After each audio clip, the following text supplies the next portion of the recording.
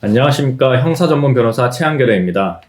교제를 하던 여자친구로부터 강간죄로 고소를 당하게 된다면 당황하지 않을 사람이 없을 텐데요. 강간죄의 성립 요건은 폭행이나 협박을 수단으로 하여서 간음을 한 것인데, 강간 자체가 물리적인 폭행에 해당하기 때문에 상대가 저항을 하였음에도 억지로 성관계를 가졌다면 강간죄가 성립이 되어 무거운 처벌을 받을 수 있습니다. 강간죄의 경우에는 벌금형의 규정이 별도로 존재하지 않기 때문에 죄가 인정될 경우에는 실형만이 선고될 정도로 최근에 사회적 인식이 고취되어 있고, 그 처벌 또한 점점 더 강력해지고 있습니다.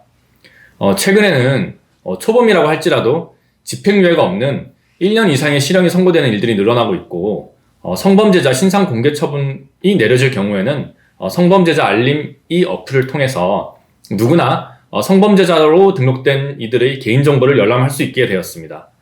형사적인 처벌은 물론 사회적인 죽음까지도 이어지게 되는 것이죠. 성범죄는 친고죄 규정이 폐지됨에 따라서 상대와 합의를 하여도 혐의 자체에서 벗어나기 어렵고요.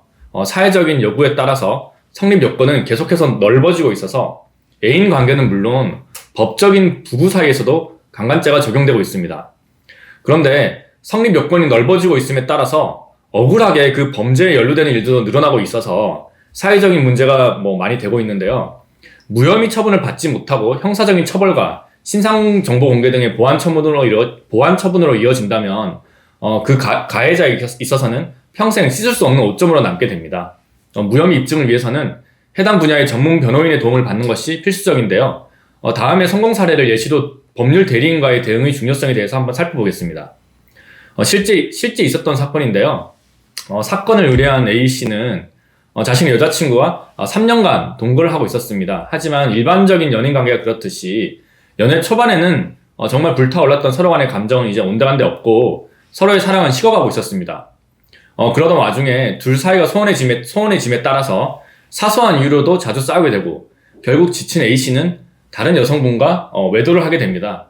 결국 이 사실을 알게 된 여자친구와 크게 싸우게 되었고, 서로 물건을 던지고 폭언을 퍼붓던 둘은 결국 그날로 3년간의 긴 연애를 끝내게 됩니다. 근데 다음날 그 A의 여자친구는 A씨를 강간 혐의와 폭행죄로 고소를 진행을 했어요. A씨가 다른 여자와 외도를 한 행위는 지탄받아 마땅한 일이지만 여자친구와의 성관계에 있어서만큼은 억지로 성관계를 가진 일이 전혀 없었다. 너무나 억울해가지고 그리고 또 특히 여자친구가 경찰 조사를 진행하는 과정에서 일관된 진술을 하였기 때문에 수사기관에서는 그 진술에 신빙성이 있다고 판단을 했고, A를 성범죄 가해자로 강하게 의심을 하고 압박 수사를 이어나갔다고 하는데요. 자칫 억울한 혐의로 큰 처벌을 받을 수 있겠다고 생각한 A씨는 곧바로 변호인에게 도움을 청하게 됩니다. 변호인은 그 A씨에게 사항에 대한 구체적인 사실관계를 전해 듣고 무혐의 판결을 받기 위해서 적극적인 조력을 이어가게 되는데요.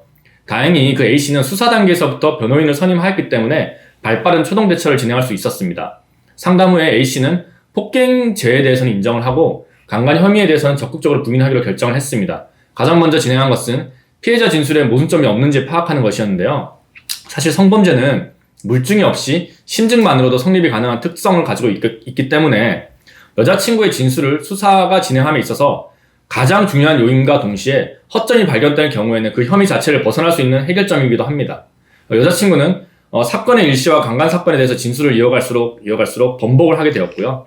변호인은 이러한 점을 들어서 피해자 진술의 신빙성이 없음을 강조했고, 그리고 둘 사이의 메신저 대화를 통해서 A씨의 외도 사실을 알게 된 여자친구가 포옹과 함께 너를 고소하겠다라고 진행하고 협박을 한 점을 캡처를 해서 증거자료로 제출을 했습니다.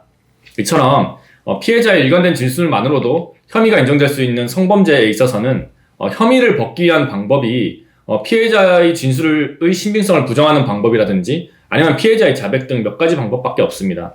그렇기 때문에 개인적으로 이를 해결하려고 하다가 수사 초기 단계가 지나가 버리면은 이미 몇 개 없는 대응 전략을 놓치게 되는 겁니다. 실제로 이미 수사 초기 단계가 지나고 검찰이 처분만 남은 상황에서 부랴부랴 문의를 주시는 분들이 많은데요. 사실 이 정도 단계에서 연락을 주셨을 때 드릴 수 있는 도움은 수사 초기 단계에 드릴 수 있는 도움과는 차이가 많이 납니다. 아무리 변호인이 유능하다고 할지라도 이미 진술이 되어 있는 부분을 바꿀 수 없기 때문인데요. 이 말고도 산부인과 진단서 및 처방전 등 유리한 증거자료를 제출해서 그러한 증거 자료가 받아들여져서 수사기관에서 A씨에 대한 강간 혐의는 이제 불기소 처분을 내렸고 폭행죄에 대해서는 구약식 기소를 했습니다. 사실 폭행죄의 경우에 당시 쌍방폭행이기도 했고 범죄 성립 여부에 대해서 추가적으로 이제 법리적으로 좀 다툴 여지가 있다고 봐서 저희 A씨는 정식재판을 청구를 했는데요. 다행히 강간 혐의에 대해서는 무혐의 처분으로 완전히 벗어날 수 있게 되었습니다. 어떤 변호인이든 성범죄 사건에서는 초동 대처가 중요하다고 말을 합니다. 수사 단계를 안일하게 생각하고 변호인 없이 혼자 나서게 되면은 불리한 방향으로 흘러갈 가능성이 굉장히 높습니다. 그리고 그 수사 자료를 근거로 재판을 진행하기 때문에 재판 단계에 다다라서 뒤늦게 변호인을 선임한다고 해도 그 흐름을 바꾸기에는 늦는 경우가 많습니다. 앞서 의뢰인의 사례처럼 경찰 조사 단계에서부터 변호인과 함께하는 것이 가장 이상적인 방법임을 알려드리며, 그리고 비슷해 보이는 사건이라고 할지라도 어떤 변호인과 함께하느냐에 따라서 결과는 달라질 수 있다고 말씀드리고 싶습니다. 현재 성범죄 사건으로 공경에 처해 계신다면은 해당 분야 전문 변호인과 꼭 상담을 진행해 보시기를 권해드립니다.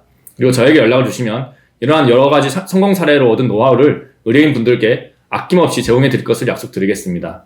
이상 최한결의 변호사였습니다.